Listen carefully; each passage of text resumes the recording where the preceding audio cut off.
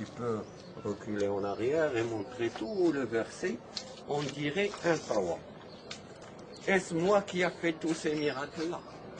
Est-ce ma grand-mère qui a fait ça? Non, c'est Allah, subhanahu wa ta'ala, qui a fait ça. C'est Allah. Il n'y a pas 3. Il n'y a pas 3. Il y a un seul.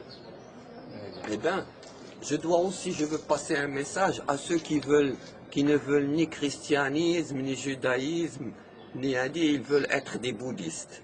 Eh bien, à ces gens-là, je veux dire chaque bouddhiste qui est sincère dans sa foi, il doit se convertir à l'islam. Pourquoi? Parce que sa religion, il lui demande ça. Demandez aux bouddhistes de vous lire la prophétie du Kalki Avatar. C'est cité dans le livre, le Veda. La prophétie du Kalki Avatar. Qu'est-ce qu'elle dit cette prophétie-là? Elle annonce la venue de notre prophète Mohammed. Pourquoi elle annonce le prophète? Parce qu'il dit comme ça. Il s'est cité dans ce livre-là que le Kalki Avatar, qui est le guide suprême, le Kalki Avatar, c'est un guide qui va venir pour l'humanité. Il va naître sur une île.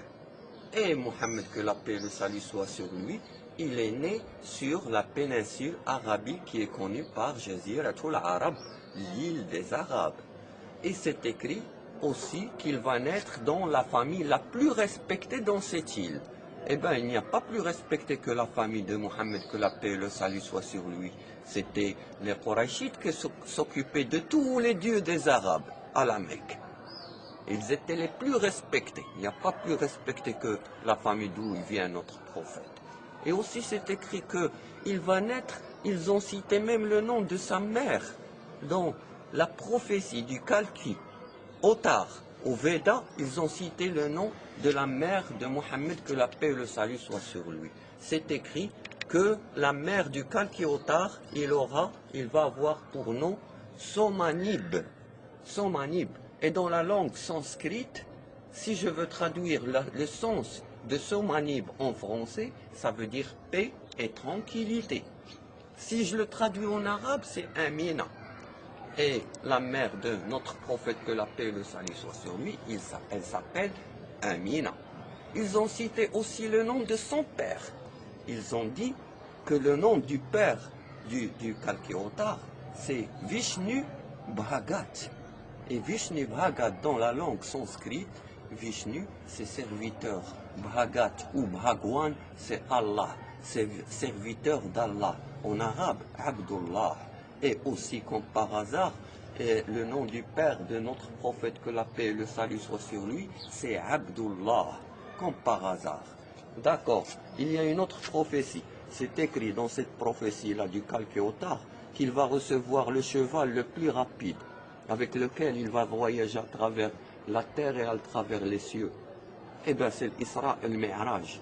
Ah, vous voulez plus que ça? Ça, c'est le bouddhisme. C'est avant même le judaïsme et le christianisme. Ce qui veut dire que la première religion qui a existé, c'était la religion de l'islam. Mais le diable, il a tout falsifié. Comment cela, la religion de l'islam? Alors, je vais poser une question aux juifs. Mes cousins, c'est quoi votre religion? Le judaïsme. D'où vient le mot judaïsme? Ça vient de Judas, le prophète, pas Judas l'Iscariote qui est venu après, soi-disant traître. Non, non. Judas, le prophète, qui est venu pour les rois d'Israël, pour les remettre sur le droit chemin. Alors, je vais vous poser une question. Est-ce que Abraham qui a donné naissance, vous avez la religion d'Abraham, qui a donné naissance à Isaac, avec Sarah. Alors, je veux savoir comment il s'appelle le nom de la religion d'Abraham. Est-ce que le judaïsme il est venu après, 400 ans après Abraham. C'est venu avec Judas. Donc, Abraham ne peut pas avoir le nom de judaïsme comme nom à sa religion, ou bien à sa foi. Alors, comment il appelle la religion d'Abraham?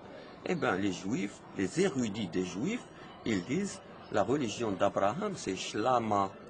Shlama, comme Shalom. Shlama. Si j'écris Shlama en arabe, eh bien je vais écrire Shlama, le alif de la fin, Shlama, parce qu'il est prolongé, le alif à la fin. Si je le remets au début, ça va donner Islam. Ça devient Islam. C'est-à-dire on a la même religion. C'est l'islam. Le début c'est l'islam. La ilaha illallah. Ou la ilaha illallah, Muhammad Rasulullah. Pourquoi? Parce que, regardez bien, si on demande aux chrétiens, c'est quoi votre religion? Le christianisme. Pourquoi il s'appelle christianisme? Parce que le Christ, notre Dieu, ou bien le Fils de Dieu, il a été tué sur la croix. C'est le christianisme. Donc le Christ, c'est un personnage. On demande aux Juifs, le judaïsme. Le Judas aussi, c'est un prophète. C'est un homme. Ah non, ouais. Alors, et si on demande aux bouddhistes, c'est quoi votre religion? Le bouddhisme. Aussi, Bouddha, c'était un homme. Si on demande aux musulmans, c'est quoi votre religion? Est-ce qu'ils vont dire, notre religion, c'est mohammedisme? Non. On dit islam, qui a un sens. Qu'est-ce que ça veut dire islam? Beaucoup de gens, ils vont répondre, ils vont dire, ah, l'islam, ça veut dire la paix. Non. La paix, c'est salam. Là, on a affaire à islam. C'est pas pareil.